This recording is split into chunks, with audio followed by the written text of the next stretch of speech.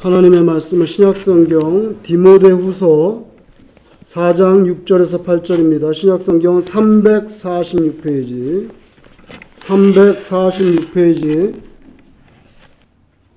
디모데후서 4장 6절에서 8절 교독하겠습니다. 전제와 같이 내가 벌써 부어지고 나의 떠날 시각이 가까웠도다. 나는 선한 싸움을 싸우고 나의 달려갈 길을 마치고 믿음을 지켰으니 이제후로는 나를 위하여 의의 면류관이 예비되었으므로 주 곧 의로우신 재판장이 그날에 내게 주실 것이며 내게만 아니라 주의 나타나심을 사모하는 모든 자에게 도니라. 아멘. 바울이 디모데에게 편지하는 가운데 기록하신 말씀인데, 여기 6절에 보면 전제와 같이 내가 벌써 부어지고 나의 떠날 시각이 가까웠도다. 이 말씀은 자신이 예수 그리스도의 복음을 증거하다가 마침내 이제 피를 흘리고 죽게 될 것을 예상하시기 때문에 이 말씀을 한 거죠. 여기 전제라는 것은 일단 여러분이 구약시대에 제사를 드릴 때 돌로 쌓은 제단 위에 희생제물, 양이나 소든지 비둘기든지 희생제물을 올려놓고 불을 지르는데 그래서 하나님께 그 제물을 태워서 올리죠. 구약시대에는. 그때 마지막 순서가 있는데 그 뭐냐면 제물 위에다가 불태우기 전에 마지막에 포도주를 그 위에 쏟아 붓습니다. 그걸 전제라고 하는데 그럼 희생제물 위에 포도주를 쏟아부어서 불을 붙이면 그게 아주 그 포도주 때문에 향이 나죠. 향기로운 제사가 되는 거예요. 그런데 오늘 여기에 전제와 같이, 그러면 포도주를 쏟아붓는 것처럼 내가 벌써 부어지고 나의 떠날 시각이 가까웠다는 게 무슨 말입니까? 자기 피가 쏟아지고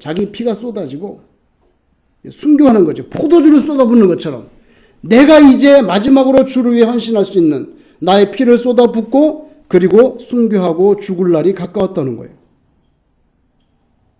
그래서 순교 마지막 직전에 이 편지를 보낸 것으로 그렇게 우리는 이해합니다. 예수님께서 이 땅에 오셔서 여러 가지 교훈을 주셨는데 그 가운데 기도는 어떻게 해야 되냐? 기도의 지구력.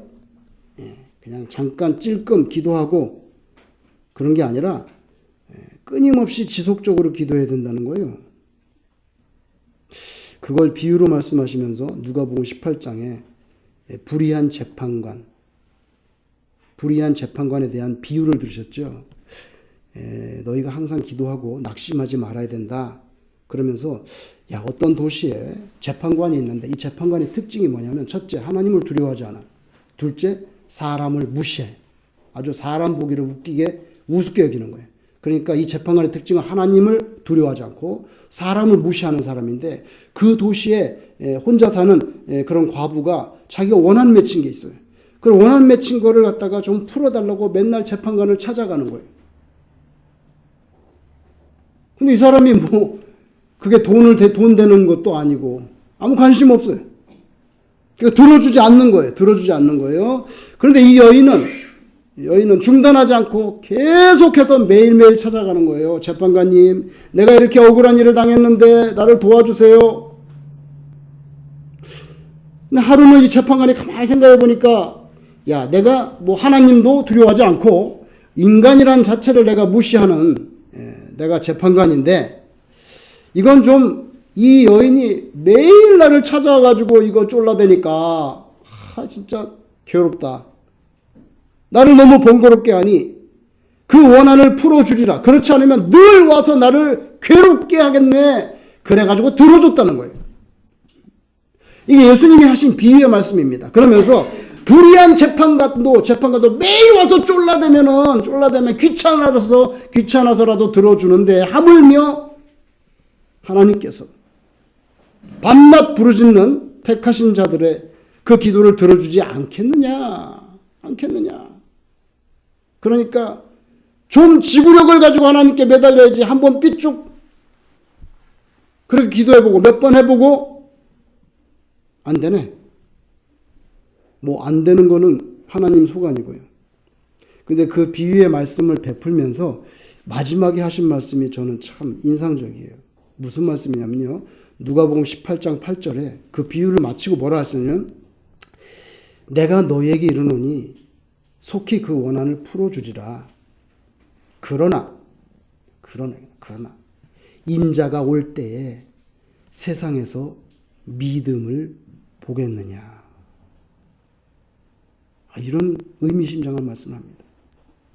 예수님이 다시 세컨 카밍 할 때에 이 세상에서 도대체 믿음을 가진 사람을 찾을 수가 있겠느냐. 그 정도로 예수, 뭐 십자가, 기독교, 뭐 성경, 복음 이런 거 다 이제 산산조각이 나고 완전 날라리가 되는 그런 세상이 될 거라는 예시를 여기에 내가 근데 들어줄 건데 그렇게 기도하면 들어줄 건데 도대체 내가 다시 올 때 그런 믿음을 찾을 수 있겠냐 말이에요. 우주선이 요새는 뭐 우주 여행까지 한다 그래요. 머스크가 이제 만들었는데 이번에 쏘아 올렸는데 실패했어요. 올라가서 터져버렸어요. 앞으로는요, 여러분 뭐 기차 타고 여행하듯이 돈 많은 사람들은 우주선 타고 우주 여행하는 그런 시대가 올 겁니다. 그런 시대예요. 그런 시대에 눈에 보이지도 않는 하나님을 어디 가서 찾냐? 예수라는 청년이 2000년 전에 나사렛에서 목수를 했다는데 그 사람이 뭐 십자가에서 피를 흘린 나하고 무슨 관계가 있나? 잘 먹혀들지 않는 거예요. 아주 눈부시게 발전하는 과학기술 문명이 신앙을 다 부러뜨립니다. 믿지 못하게. 도대체 눈에 보이지도 않는 하나님이 어디 계신다는 거예요. 여러분, 신앙이라는 것은요, 글자 그대로 믿는 것입니다. 믿는 것입니다. 눈에 안 보이는 거 믿는 게 신앙이잖아요. 눈에 보이는 거 믿을 게 뭐가 있어. 다 아는데 만질 수 있고. 안 보이는 거 믿는 게 신앙이지요. 그 신앙을 갖기가 참 힘든 거예요. 공부를 많이 한 사람일수록 예수 믿기가 참 힘들 것 같아. 돈을 많이 가진 사람일수록 힘들 것 같아. 돈 관리해야 되고, 돈 관리해야 돼. 지금 돈 관리하기도 바쁜데, 언제, 공부를 많이 한 사람은 가만히 생각해 볼 때, 뭐, 바다가 갈라졌다 그러고, 뭐, 병을 고쳤다 그러고, 도대체 무슨 말을 하는지, 받아들이기가 힘들어요. 그런데, 온 우주의 최고 지존, 그리고 최고로 자비로우신 분, 최고로 막강한 분, 이 하나님께 매달리지 않는다는 것 자체가 넌센스예요. 하나님께 기도하지 않는다는 게 더 이상하고 이게 더 어리석은 일이 아닙니까? 그분을 붙잡고 절대 내가 놓치지 않겠다는 그 신념, 그 갈망이 하나님으로 하여금 그 사람에게 하나님으로 관심 갖게 합니다. 인도의 썬더싱이라고 하는 사람이 하나님이라는 존재가 있다는데 자기네는 이제 시크교도고 뭐 힌두교 믿고 그런 근데 기독교에서 하나님이라는 존재가 있다는데 이게 뭔지 성경 좀 읽어봐야 돼요. 그 나중에 이 사람이 하나님이라는 존재가 정말 있다면 나한테 나타나세요. 나타나시라고. 안 나타나면 나는 그냥 우리 집 앞으로 기차가 지나가는데 안 나타나면 그냥 난 기차 지나갈 때 뛰어들어서 내가 죽겠습니다. 확실하게 보여주라고. 이게 종교가 많은데 내가 어떻게 이걸 알겠냐고. 그래서 기도를 합니다. 정말 죽으려고 그랬어요. 기차가 옵니다. 이제 하나님이라는 분을 나 믿게 해주려면 나타나라고. 안 그러면 내가 기차에 뛰어들어서 죽겠다. 그랬는데 결정적인 순간에 나타났어요. 그래서 기차에 뛰어들지 않고 개종해서 히말라야 산지까지 다니면서 복음을 전했던 유명한 전도자가 되잖아요. 예레미야 29장 13절에 너희가 전심으로 나를 찾고 찾으면 나를 만나리라. 외우기도 쉬워요. 럭키 세븐이 2번 나옵니다. 럭키 세븐 2번 나오는데 마태복음 7장 7절. 구하라. 그리하면 너에게 주실 것이요. 찾으라. 그리하면 찾아낼 것이요. 문을 두드리라. 그리하면 너에게 열릴 것이니. 그러니까 구하고 찾고 두드려야 돼. 이 신앙은. 그냥 가만히 뒷짐지고 와서 하나님 믿게 해주세요. 그렇게 안 돼 있어요. 성경에 그렇게 안 돼 있다고. 너희가 전심으로 찾아야 나를 만나게 되고 구하고 찾고 두드려야 된다는 거예요. 이건 표현만 다르지 다 똑같습니다. 집요하게 하나님께 매달려야 된다는 거예요. 집요하게. 어떤 젊은이가 그 유명한 철학자 소크라테스를 열렬히 추종하는데 하루는 소크라테스를 찾아왔어요. 그래가지고 선생님 제가 어떻게 하면 많은 지식을 얻을 수 있겠습니까? 그렇게 질문했다는 거예요. 소크라테스가 그 청년을 데리고 강가로 갔습니다. 강가로 가지고 갑자기 강에다가 집어넣고 머리를 꽉 눌러가지고 물속에 쳐박아 버리고 막 보둥대는데 못 나오게 계속 머리를 쥐어박고 그러니까 막 죽기 직전에 놔줬어요. 나중에 나와가지고 소크라테스가 야 네가 물속 깊은 곳에 내가 머리를 막 그렇게 집어넣었을 때 가장 네가 원했던 게 뭐냐? 그러니까 막 숨을 껄떡거리면서 공기가 필요하지요. 왜 그러시는 거예요 도대체? 공기가 필요하지요. 그래서 소크라테스가 만일 네가 그렇게 공기를 갈망하는 것만큼 그렇게 지식을 원한다면 너가 지식을 많이 갖게 될 거다. 그렇게 사모하라는 거예요. 힘쓰고 애쓰고. 우리가 하나님 앞에 나아갈 때 그 은총을 간절히 사모하는 그냥 날짜 된 주일이야 오늘 교회 가야 돼. 그런 거 말고 간절히 사모하는 열렬한 마음을 가지고 하나님께 나와야 하나님이 인격적인 하나님이 우리를 만나주시는 줄로 믿습니다. 그러니까 그냥 기계적으로 막 그냥 뭐 종교적으로 이런 거 다 필요 없어요. 그거 다 엉터리야. 안 나와도 돼 그런 거는. 왜냐면 어차피 안 돼. 나오려면 확실하게 나와야 돼. 북한 김정은이 있는 자리에서 가끔 회의를 하잖아요. 뭐 전당대 전인민 대회도 하고. 그러면 그냥 그 사람들은 테이블도 얼마나 어마어마하게 만드는지 세상에 그렇게 넓은 홀에 그렇게 큰 테이블에 또 앉아가지고 옆에 쫙 사람들이 앉아가지고 그냥 별자리들이 앉아가지고 이 연세도 많은 뭐 빨치산 시대는 다 죽었고 그 밑에 이제 올라온 사람들 고령이잖아요. 고령 나이가 많아요. 그러면 막 김정은이 들어오면 와 미친 듯이 박수를 치고 고위 간부 중에 열렬히 박수를 치지 않거나 회의 시간에 존다든지 그러면 소위 최고 존엄에 대한 불경죄로 지목돼서 죽임을 당하는 일이 왕왕 있습니다. 2013년 10월 평양에서 회의를 하는데 김정은이 주재하는 회의장인데 거기서 군 간부 10여 명이 졸았단 말이에요. 김정은이 그 젊은 게 나가가지고 그 좋은 사람들을 일일이 불러가지고 주석단 앞에 불러놓고 그 자리에서 어깨 견장에 별을 탁 뜯어냈어요. 별을 뜯어냈다고 그 자리에서 뜯어내고 체포해. 2015년 4월 북한 군부의 제2인자는 현영철 인민무력부장이었어요. 그때 사진에 보니까 김정은이 여기 있고 김정은이 이렇게 연설을 하고 있고 옆에 1인자가 있고 그 옆에 제2인자 현영철 인민무력부장이 있는데 졸고 있어요. 사진에. 노동당 제1비서 김정은에 대한 불경과 불충죄로 고사포 총살로 처형당했어요. 시신을 찾을 수가 없어요. 그래서 고사포 아세요? 그거? 예? 고사포 아세요? 돌아갑니다. 이거. 그 시신을 찾을 수 없어요. 완전히 공중분해돼 버려요. 이유 딱 하나예요. 최고 존엄이 연설하는데 졸아? 여러분 국교의 모습이 이 정도인데 그 공산주의자 하물며 우리가 온 우주 만물의 지존으로서의 하나님을 진짜 믿는다고 하면 그 하나님께 대해서 우리가 어떤 자세로 하나님께 나아가야 하는지가 확실하잖아요. 시편 84편에 시온의 대로가 마음에 있는 자 복된 자다. 시온의 대로. 시온이 뭐야? 시온 예루살렘이지.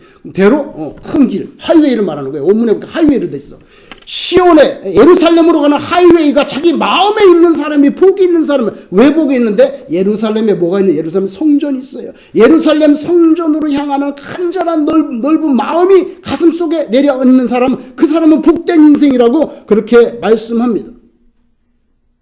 한 인간의 영혼 속에 그 성전을 향해서 나아가는 진지한 구도자적인 자세가 있는 인생, 그게 복된 인생이라는 거예요. 근데 구약시대에 성전은 말하자면 또 다른 분명한 실체에 대한 그림자격이에요. 그림자가 있으면 실체가 있습니까? 실체 있잖아요. 실체가 있고 그림자가 있잖아요. 그럼 성전이 그림자는 그 실체가 뭔데? 실체는 바로 예수님이지. 예수님. 구약에서 말하는 성전의 실체는 예수님이에요. 예수님이 이 땅에 오셨고 예수님이 자기를 허무시고 죽습니다. 그리고 예수님이 다시 그 성전을 다시 일으킵니다. 3일 만에 부활하는 것. 그 부활하신 주님의 몸, 그 실체에 대한 그림자로서 구약시대에 성전을 줬어요. 그리고 또 그 예수님의 몸, 교회의 머리는 예수님, 교회의 머리는 예수님, 교회는 예수님의 몸인데 그 몸 안에서 지어져가는 신약시대의 교회를 예형론적으로 프로토타입으로 보여주는 게 구약시대 성전이란 말이에요. 그래서 요한복음 2장 21절에 보면 예수님은 성전 자체라고 그렇게 표현합니다. 그렇게 표현해요. 예수님 뭐라고 말씀합니까? 아버지가 내 안에, 성부 하나님이 나에, 아버지가 내 안에, 내가 너희 안에, 너희가 내 안에. 완전 하나가 되는 거예요. 완전 하나가 되는 거예요. 그 성전, 진정한 의미의 실체로서의 성전 뭡니까? 하나님이 예수님께, 예수님이 우리 안에, 우리 예수님 안에. 이거 다 하나가 되는 거예요. 이거 시온의 대로. 근데 이거 쉬운 게 아니에요. 때로 어려움이 있어요. 교회를 다니는 거, 예수 믿는 거, 신앙생활하는 거 어려움이 있어요. 그래서 시편 84편 6절에 보니까 눈물의 골짜기 통과해야 된다 그랬어요. 눈물의 골짜기도 있다는 거예요. 눈물의 골짜기 통과하려면 인간적인 힘으로 힘들어 다니기. 예수 믿기 힘들어. 그래서 주님께로부터 힘을 받아야 돼요. 하나님께서부터 공급하는 능력이 있어야 돼요. 그래서 주께로부터 힘을 얻어야 시온의 대로를 걸어갈 수가 있어요. 그래서 시편 84편 5절에 그 마음에 시온에 데려가 있는 자는 복이 있다 그랬는데 그 진술 바로 앞에 뭐가 있냐면 주께 힘을 얻고 여기 있습니다. 주께 힘을 얻고 그 마음에 시온에 데려가 있는 자, 그게 복된 인생이라는 거예요. 인생을 그냥 기독교적인 관점에서 가장 정확하고 짧게 표현했어요. 네 힘으로 사는 거는 너무 힘들어. 그러다가 지쳐 죽는다. 주께 힘을 얻고 그 마음에 시온의 대로 예루살렘의 성전을 향한 예수 그리스도를 향한 그런 하이웨이가 놓여있는 그 마음이 간절한 자가 복된 인생이라는 거예요. 성경과 기독교에서 그거밖에 없어요. 여러분 성전을 향해 달려가는 사람은요 이 세상에서처럼 누구의 덕을 볼 수 없어요. 야, 난 누구 덕택에 나왔어. 천만의 말씀. 자기가 달려야 돼. 자기 자신이 하나님 앞에 나타나야 돼. 영혼 구원에 관한 문제에 대해서는요 전부 이렇게 각계전투야. 각계전투. 본인이 달려서 시온에 이르러서 구원을 받아야 돼. 그 누구 남이 나를 도와줄 수 없어요. 그 누구 가족이 어머니나 자식이나 누가 나를 대신해서 내 구원을 이루어줄 수는 없어요. 이 사실을 가장 극명하게 정확하게 찝어서 말한 사람은 에스겔 선지자입니다. 에스겔 선지자는 에스겔 14장 20절에 이렇게 말씀합니다. 거기 보니까 구약 성경에 위대한 의인이라고 하면 손에 꼽을 사람 3명이 나오는데 그게 누구냐면 노아가 나오고 그 다음에는 다니엘이 나오고 그 다음에 욥이 나와. 에스겔 14장 20절에. 근데 이런 노아라든지 다니엘이라든지 욥이라든지 이런 사람조차도 거기 뭐라고 말씀하시냐면 자신의 공의 우리 식으로 말하면 믿음입니다. 신학적으로 말하면 자신의 공의, 자신의 믿음으로 오직 자신을 구원할 뿐이라고 선언합니다. 네 자신의 공의로 네 생명을 건지리라. 영원 구원에 관한은 분명히 각자 도생이에요. 각계전투야. 이거 부인할 수 없는 사실입니다. 사실이에요. 그래서 앞서 말씀드린 시편 84편에도 이 진리가 조용히 숨어 있어요. 눈을 크게 뜨고 보지 않을 만큼 조용히 숨어 있어요. 고라자손. 그 고라는요, 모세에게 대들다가 사막에서 땅이 갈라져서 죽었어요. 근데 그 후손은 하나님이 안 죽였더라고. 후손은 하나님이 안 죽였어. 하나님이 안 죽이고 하나님을 위해서 쓰셨어. 하나님이 참 대단하세요. 각자 죽는 거야, 각자. 기독교에서는 연좌제 없어. 아버지 때문에 내가 구원받는 것도 없고 아버지 때문에 내가 저주받는 것도 없어. 성경에는 그렇게 됐어. 그 아비가 신포도를 먹었다고 해서 자식이 이빨이 쉬지 않을 것이다. 분명히 말했거든요. 각자 멸망받고 각자 구원받는 거예요. 고라는 죽었는데 고라의 후손은 안 죽였어. 그 안 죽인 고라가 하나님 앞에 얼마나 충성을 하는지 모릅니다. 근데 시편 84편 7절에 그들은 시온을 향해 달려가는 사람들, 성전을 향해 달려가는 사람들, 우리 신약적으로 말하면 예수 그리스도를 향하여 질주하는 사람들, 그들은 힘을 얻고 더 나아가 시온에서 하나님 앞에 각기 나타나리다. 여기 방점을 찍어야 되겠어요. 각기. 이거 각기 안 넣어도 되는데 내가 볼 때. 보세요. 그들은 힘을 얻고 더 나아가 시온에서 하나님 앞에 나타나리이다. 이렇게 해도 되는데 제가 볼 때 문제가 없는데 분명히 힘을 얻고 더 나아가 시온에서 하나님 앞에 각기 나타나리라. 여기 각기도 방점을 찍고 여기다 밑줄을 그어야 돼요. 밑줄을 그어야 돼요. 이거 이 사실 분명히 알아야 돼요. 근데 분명히 알지 못하기 때문에 구원에 대해서 어떤 단체로 하나님 앞에 나아가는 줄로 잘못 알고 그 단체에 속하려고 해. 우리에게 와야만 구원을 받는 거야. 우리에게 속해야만 구원이 있다고. 우리 교회로 와. 우리 어디로 와. 우리 어디로 와. 주로 이단들이에요. 여기 안 오면 다 구원 못 받아. 그러고 있지만 진실은 구원이라는 것은 오직 하나님과 나 개인 사이에 이걸 해결해야 될 숙제란 말이에요. 오늘 본문 말씀에 임박한 순교를 내다보고 있던 바울의 입에서 이 진실이 쏟아져 나왔어요. 나는 누구냐? 나는 싸웠고 맞췄고 지켰다. 그래서 의의 멸류관이 얘기해. 뭘 싸워? 나는 선한 싸움을 싸웠고 나의 달려갈 길을 마치고 달려갈 길을 못 마치는 사람도 많아요. 못 마친 사람 많다고. 신앙생활에서 중간에 버팅겨서 예수 안 믿는 사람도 있고. 이거 마치는 거 정말 무섭고 중요한 거예요. 마라톤을 끝까지 가야지. 중간에 하는 거는 이때까지 달려온 걸 다 까먹잖아요. 필요 없어. 마지막까지 피니시 라인까지 들어와야지. 그래서 나는 선한 싸움 싸우고 나의 달려갈 길 마치고. 이거 중요해. 맞춰야 돼. 안 맞추면은 아무 의미 없어. 그리고 뭘 지켜요? 내 믿음을 지켰다 그랬지. 믿음을. 내 지식을 지켰다. 내 건강을 지켰다고. 나는 끝까지 뭘 지켰다. 내 재산을 지켰다. 내 신의를 지켰다. 의를 지켰다. 의리 없더구만. 코리아에 보니까 죽었는데도 모른다 그러고 같이 앉아서 먹고 했는데 난 모르는 사람이라고. 의리는 없어요. 인간 사회에서는. 그죠? 뭘 지키겠어요? 믿음을 지켜야지. 선한 싸움 싸우고 달려갈 길 마치고 그리고 믿음을 지켰으니까 이제 나에게는 의의 멸류관이 예비되었는데 의로우신 재판장이 그날에 내게 주실 건데 그 다음 보면 내게만 아니라 이렇게 내게만 아니야. 나만 주는 게 아니야. 내게만 아니라 주의 나타나심을 사모하는 모든 자에게도 주는. 그러면 우리 각자가 각기 신앙의 이 경주를 완주해야 돼. 각기 믿음을 지켜야 돼. 참신자에게 주님이 주시는 구원의 멸류관이 있습니다. 근데 그 구원이라고 하는 멸류관은요, 예수님이 먼저 십자가에서 가시 멸류관을 쓰고 피를 흘렸기 때문에 우리에게 가능해진 축복이죠. 구원이라는 게 의의 멸류관이. 마태복음 23장 37절에 예루살렘아 예수님은 예루살렘아 선지자들을 죽이고 네게 파송된 자들을 돌로 치는 자여 암탉히 그 새끼를 날개 아래 모음같이 내가 네 자녀를 모으려 한 일이 몇 번이더냐. 그러나 너희가 원하지 아니하였다. 네가 하나님의 나라를 전하고 너희를 하나님의 나라를 인도하기 위해서 암탉이 병아리를 품듯이 그렇게 하려고 내가 몇 번을 갔다가 했냐. 근데 너희가 원하지 않았다는 거예요. 안타까운 말씀. 십자가 지식이 5일 전 예루살렘에 입성하신 주님이 결국에는 눈물을 참지 못하고 우시네. 이게 자아도취적인 무슨 그런 센티멘탈한 눈물이 아니에요.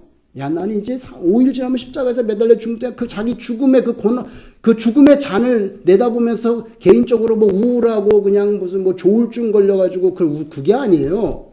왜 우셨냔 말이에요, 도대체 5일 전에. 우신 이유는 뭐냐면 예루살렘 성 사람들이 앞으로 다 죽게 될 거라는 걸 알았기 때문에. 누가복음 19장 41절 44절 가까이 오사, 요게 이제 예수님 십자가 금요일날 돌아가시기 5일 전입니다. 가까이 오사 성을 보시고 우시며 이르시되 나 이제 죽게 생겼어. 그래서 우는 게 아니에요. 너도 오늘 평화에 관한 일을 알았더라면 좋을 뻔하였거니와 지금 네 눈에 숨겨졌도다. 날이 이를지라, 이제 온다는 거예요. 날이 이를지라. 그 무슨 날인데? 날이 이를지라 네 원수들이 토둔을 쌓고, 토둔을 흙을 갖다 부으면서 토둔을 쌓고 너를 둘러 사면으로 가두고 또 너와 및 그 가운데 있는 네 자식들을 땅에 내어 치며 돌 하나도 돌 위에 남기지 아니하리니 이는 네가 보살핌 받는 날을 알지 못함을 인함이니라. 여러분 이거 뭡니까? 예루살렘 멸망에 대한 예언입니다. 예수님이 예언의 말씀은 역사적으로 예수님 돌아가시고 약 40년 지나서 AD 70년에, 정확히 AD 70년에 현실화됩니다. 로마의 장군이 군대를 끌고 들어옵니다. 타이더스. 그 아버지는 황제, 이 아들은 맏아들이었어요. 맏아들이 로마 군단을 끌고 예루살렘을 짓밟기 위해서 옵니다. 타이더스. 그래서 유대인과 전쟁이 벌어졌는데 로마 사이에 AD 66년에서 AD 73년까지 66년 73년까지 어마어마한 전쟁이 벌어졌는데 예루살렘은 70년에 멸망합니다. 그럼 마사다로 도망가서 마사다는 73년에 멸망해서 이제 전쟁이 끝났죠. 끝났습니다. 근데 예수님이 예언은 예루살렘이 멸망하게 되는 예언인데 AD 70년에 정확하게 인류의 역사 가운데 도장을 찍습니다. 이 AD 70년에 예루살렘 멸망했어요. 타이더스 장군이 승리합니다. 승리하고 그리고 AD 79년에 자기 아버지를 이어서 로마 황제로 등극합니다. 타이더스. 그가 로마 황제가 됐던 가장 중요한 포인트는 예루살렘 점령이에요. 그만큼 이게 심각한 사건이었어요. 여러분 로마에 가보시거나 안 가보셔도 로마의 가장 유명한 역사적인 유물 가운데 하나는 뭐냐면 콜로세움입니다. 아시죠? 콜로세움. 어마어마한 원형 경기장. 원래 콜로세움 그 밑에요. 물을 부어가지고 해전을 할 수 있는 해전. 거기다 배를 띄워가지고 해전을 했다고. 모형으로 해전을. 상상을 초월하는 경기장이었어요. 그 콜로세움을 갖다가 완성한 사람이 누구냐면은 이 타이더스입니다. 그 아버지 때부터 콜로세움을 세웠는데 아버지 죽고 자기가 왕이 됐잖아요. 근데 이 예루살렘을 점령한 타이더스가 콜로세움을 완성합니다. 그게 언제면 자기가 황제가 되고 나서 1년 지난 다음 AD 80년에. 그런데 예루살렘 점령해서 가져온 금과 엄청난 불을 그 콜로세움 피니시하는데 다 때려부었어요. 그리고 거기에다가 유대인 포로 10만 명을 끌고 왔는데 유대인 포로 10만 명을 그 공사에다 투입했어요. 그래가지고 콜로세움을 완성했어요. 그런 사람이에요. 여러분 예수님이 예언의 말씀했을 때 우실 때 그 많은 죽게 될 그 사람들을 예루살렘 거민들을 보면서 슬퍼가지고 타이더스가 군대를 끌고 가지고 예루살렘을 7개월 동안 감쌌어요. 7개월 동안. 굶어 죽는 거야. 사람의 고기를 먹었어요. 먹을 게 없어가지고. 7개월 동안 예루살렘을 딱 봉쇄했어요. 고사시키는 거예요. 그러다가 7개월 만에 정복했는데 그때 죽은 유대인의 숫자는 여러분 110만이에요. 생각을 해보세요. 지금도 110만 죽었다면은 거의 다 죽은 거예요. 110만을 죽였고요. 포로로 잡아들인 유대인들만 9만 7천입니다. 요걸 끌고 가가지고 콜로세움을 피니시한 거예요. 예루살렘 점령할 때 예루살렘 성벽을 완전히 파괴했어요. 예수님 말씀 돌 하나 돌 위에 놓이지 돌 이렇게 돌도 중첩되는 것 없이 완전히 분해한다는 거예요. 그 정도로 망한다는 거예요. 그런데 타이더스가 예루살렘 성벽을 철저히 파괴할 때 일부러 한쪽 면의 일부를 파괴하지 않고 그대로 놔뒀습니다. 고의적으로 놔뒀던 거예요. 고의적으로. 왜 놔둔 줄 아세요? 이렇게 막강한 예루살렘을 내가 정복했다는 것을 후세 사람들이 알아줘야 된다는 거예요. 그거 다 뭉개고 나면 모르잖아. 그러니까 조금 남겨놔라. 남겨놓고 이 정도의 어마어마한 돌로 지어진 성을 내가 정복했다는 것을 후대 사람들로 알도록 고의로 남겨놨어요. 그게 오늘날까지 남아가지고 유대인들이 그 벽 앞에서 과거 예루살렘에 110만이 죽어나가고 9만 7천이 끌려갔던 그 예루살렘 명문과 성전이 불탄 것을 기념하면서 거다대고 계속 우는 소위 통곡의 벽이에요. 그게 오늘날 그 남아있는 거예요. 약 40년 전에 주님이 왜 예루살렘을 보시면서 눈물을 흘리셨는지 예루살렘아 그 이유가 설명되어지는 역사적인 사건이었어요. 예루살렘에 보면 조그마한 산이라고 하기도 좀 민망할 정도로 그래도 거긴 산이라는데 감람산이 있습니다. 거기 올리브 나무들이 많이 있었죠. 지금은 다 잘라서 별로 없는데 그래도 그 감람산 중턱에 거기에 예배당이 하나 있어요. 그 뭐냐면 예수님이 예루살렘을 보면서 우셨다고 하는 그 지점에 기념교회가 있습니다. 기념교회가 있어요. 라틴어로 도미누스 플레빗 처치 이렇게 말. 도미누스 플레빗 처치 눈물교회라고 하는 예배당이 있는데 조그매요. 가로 세로 한 10m밖에 안 돼. 그런 조그만 예배당이 거기 있는데 그게 눈물 모양으로 되어 있어요. 눈물 모양으로 이렇게 지붕은 검정색이고 벽으로 내려오면 흰색으로 되어 있는데 눈물교회. 거기 예수님이 예루살렘 보시면서 우셨다고 하는 장소에 눈물교회가 있습니다. 그 예배당 안으로 들어가면 이렇게 강대상이 있는데 강대상 이 앞에 암탉이 날개를 쫙 펼치고 있고 거기 병아리들이 삐약삐약 하는 걸 갖다가 모자이크로 여기 강단 여기에다가 이렇게 새겨놨어요. 그리고 강단을 뒤로 돌아서 여기 오면 여기 이거 창문처럼 큰 반달형 창문이 있어요. 여기에서 딱 보면 이 창문을 보면은 예루살렘 구시가지가 다 들여다봅니다. 예수님이 그 감람산에 그거 보시면서 우셨다고 하는. 그 예배당 나오면 예배당 벽에 글자가 있는데 라틴어로 도미누스 플레빗 이게 뭐냐면 도미누스는 그냥 로드란 뜻이에요. The Lord. 도미누스 플레빗은 뭐냐면 울었다는 과거형 wept. 그래서 The Lord wept. 글자 그대로 뭐냐면 주님이 우셨다. 요 두 단어, 딱 두 단어. 도미누스 플레빗. 요게 딱 그 외벽에 이렇게 딱 새겨서 찡을 박아서. 그런데 그 예배당 건물 받고 나면 거기 정원이 있는데 그 정원에 나무들이 있어요. 나무들. 무슨 나무냐면요. 놀랍게도 가시나무들이 있어요. 근데 그 가시가 이만해. 그 가시나무의 가지에 이만한 가시들이 수없이 돋아나 있어. 예수님 당시에는 그런 가시나무들이 훨씬 더 울창하게 많이 있었을 거예요. 그냥 그 가지를 탁 꺾어서 이렇게 뚝뚝 말면 바로 가시면류관이 되는 거예요. 너무 손쉽게. 예수님께서 십자가에서 죽음을 맞는 날 이른 아침에 사내들인 공회에서 신문당할 때 마가복음 14장 65절 주님께 침을 뱉었습니다. 누군지 몰라. 예수님께 침을 뱉었어요. 그리고 성경과 주먹으로 때리고 그리고 손바닥으로도 때렸다고 그렇게 돼 있어 성경에. 침, 주먹, 손바닥 이 단어가 나옵니다. 그리고 나서 빌라도에게 넘겨줍니다. 빌라도에게 넘어갔을 때 빌라도가 예수님께 죄가 없는데도 불구하고 유대인들이 유혈폭동을 일으킬까봐 겁이 나서 자기가 세수돼서 손까지 난 죄가 없다. 니네가 다 죄를 감당해라 하면서 쇼까지 하면서 사형 언도를 내리고 난 다음에 로마 군병들이 예수님께 채찍질했죠.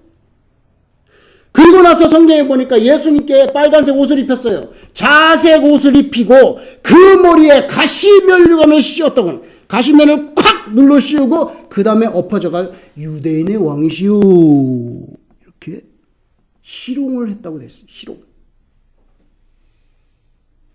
예수님이 가시면류관을 썼기 때문에 우리가 구원의 의의 면류관을 받아 누리게 되는 줄로 믿습니다. 아멘이 약한 거 보니까 안 믿으시나 보네. 다시 해보겠습니다. 예수님이 가시면류관을 쓰셔서 우리 대신 피를 흘려 대속하셨기 때문에 우리가 구원의 의의 면류관을 받게 된 줄로 믿습니다. 그 가시면류관을 여러분에게 보여드리려고 이스라엘에서 가져왔습니다. 제가 여기 잘 보세요. 이런 거에 관심이 많아요. 보이죠? 이 가시? 그 예루살렘에 흔해 빠진 가시나무에서 가지를 꺾어가지고 뚫뚫 말면 돼. 그냥 간단해. 말아서 틱 하면 이거 예루살렘 이스라엘에서 가져온 거예요. 누가 가져왔을까요? 여러분에게 보여드리려고 언젠가는 보여드리려고 가져온 거예요. 여기 가시 보이죠? 이거 약과야 이거. 이거 지금 말라서 그랬는데 부러지고 그랬는데 여러분 얼마나 억센지 이걸 콱 누르면 그냥 바로 피가 줄줄 셉니다. 이거. 여러분에게 보여드리려고 가져왔어요.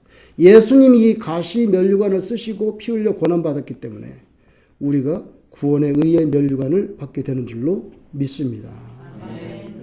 이따가 한번 보세요. 찔리면 안 됩니다. 마가복음 15장 19절 갈대를 때리 거기 갈대를 가지고 갈대를 주님의 머리를 때렸다고. 갈대로 주님의 머리를 치고 침을 뱉었다고 돼 있어요.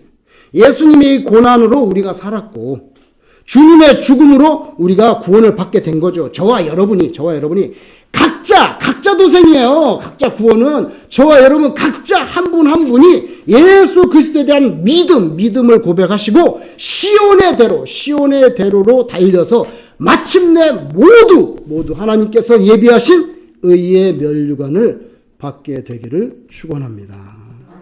기도하겠습니다.